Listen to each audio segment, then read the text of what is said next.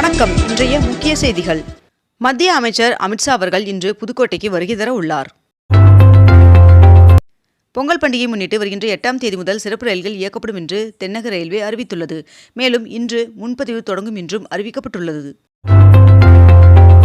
தமிழகத்தில் அரசு அலுவலர்கள் மற்றும் ஆசிரியர்களுக்கு புதிய அறிவிப்பின்படி கடைமாத ஊதியத்தில் 50% ஓய்வூதியமாக வழங்கப்படும் என்று அறிவிக்கப்பட்டுள்ளது. தமிழ்நாட்டில் 11 கோவில்களில் 18 புதிய திட்டப் பணிகளுக்கு முதலமைச்சர் மு.க. ஸ்டாலின் அவர்கள் அடிக்கல் நாட்டினார். 2025ஆம் ஆண்டில் திருப்பதி ஏழுமலையான் சுவாமி கோவிலில் பக்தர்கள் 1383 கோடி ரூபாயை காணிக்கையாக செலுத்தியுள்ளனர் என்று தகவல் வெளியாகியுள்ளது.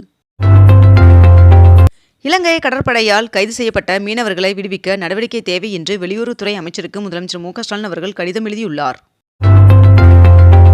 வருகின்ற ஜனவரி 7ஆம் தேதி முதல் 20ஆம் தேதி வரை அதிமுக தேர்தல் அறிக்கை தயாரிப்பு குழுவானது மண்டல வாரியாக சுற்றுப்பயணம் மேற்கொள்ள உள்ளனர் என்று தெரிவிக்கப்பட்டுள்ளது.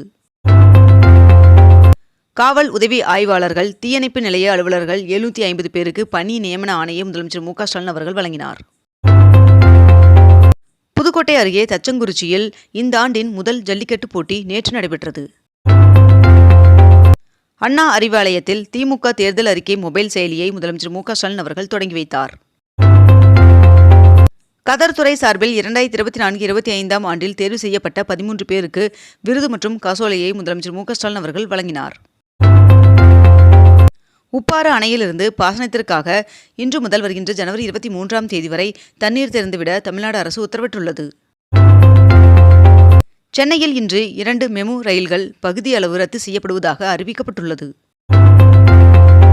தமிழ்நாடு தொழில் வளர்ச்சியில் புதிய உச்சத்தை எட்டியுள்ளதாகவும் 2025ஆம் ஆண்டில் மட்டும் 2 லட்சம் கோடி மதிப்பிலான தொழில் முதலீடுகள் மாநிலத்திற்கு ஈட்டப்பட்டுள்ளதாகவும் தொழில்துறை அமைச்சர் டி.ஆர்.பி. ராஜா அவர்கள் தெரிவித்துள்ளார். பிராட்வே பேருந்து முனையத்தில் மறுசீரமைப்பு பணிகள் நடைபெற உள்ளதால் ஜனவரி 7ஆம் தேதி முதல் தற்காலிக மாற்றம் செய்யப்பட்டுள்ளதாக தகவல் வெளியாகியுள்ளது.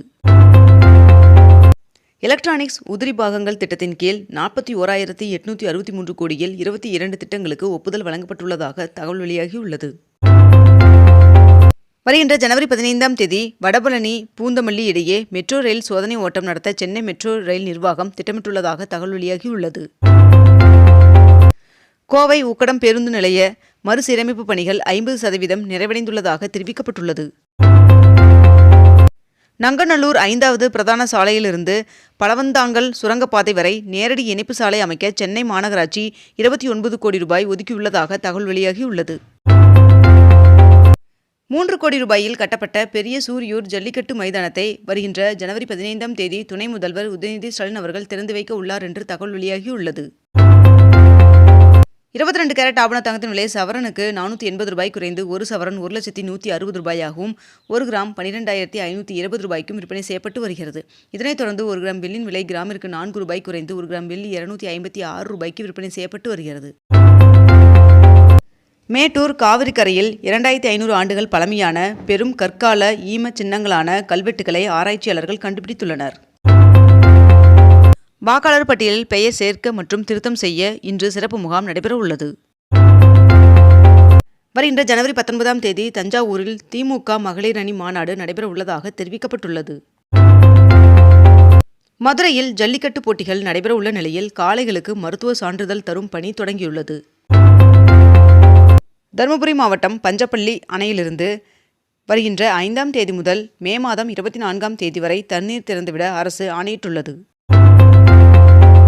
திண்டுக்கல் மாவட்டம் பழனியில் தைப்பூச சிறப்பு யாகம் மற்றும் பூஜைகள் வருகின்ற 7ஆம் தேதி முதல் தொடங்குகிறது என்று தெரிவிக்கப்பட்டுள்ளது.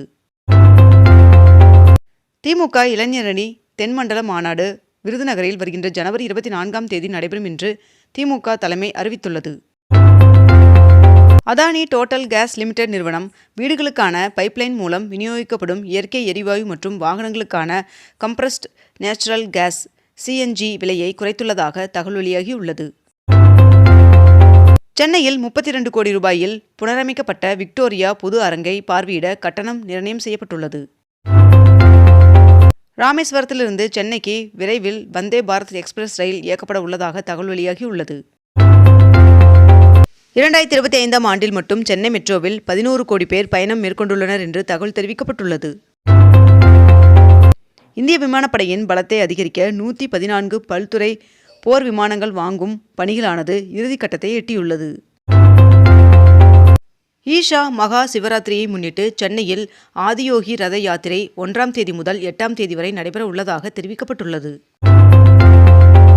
60 ஆண்டுகளுக்கு பிறகு மீண்டும் சிங்கவால் குரங்குகள் கணக்கெடுக்கும் பணி நடைபெற உள்ளது. முதலமைச்சர் மு க ஸ்டாலின் அவர்கள் வருகின்ற ஜனவரி 8ஆம் தேதி பொங்கல் பரிசு தொகுப்பு விநியோகத்தை சென்னையில் தொடங்கி வைக்க உள்ளார் என்று தகவல் வெளியாகியுள்ளது. மதுரை திருவனந்தபுரம் ரயில் கோட்டங்களில் பராமரிப்பு பணியின் காரணமாக குருவாயூர் சென்னை இடையிலான எழும்பூர் எக்ஸ்பிரஸ் ரயில் போக்குவரத்தில் மாற்றம் செய்யப்பட்டுள்ளது. ஃபாஸ்டேக் பெறும் விதிகளிலிருந்து KYV நடைமுறை பிப்ரவரி 1ஆம் தேதி முதல் ரத்து செய்யப்படும் என்று தேசிய நெடுஞ்சாலை ஆணையம் அறிவித்துள்ளது. மருத்துவ கட்டமைப்பில் இந்தியாவில் முன்னணி மாநிலமாக தமிழ்நாடு இருந்து வருகிறது என்று அமைச்சர் மா சுப்பிரமணியன் அவர்கள் தெரிவித்துள்ளார். பவானிசாகர் அணைக்கு நீர்வரத்து வினாடிக்கு 5983 கனஅடியாக அதிகரித்துள்ளது.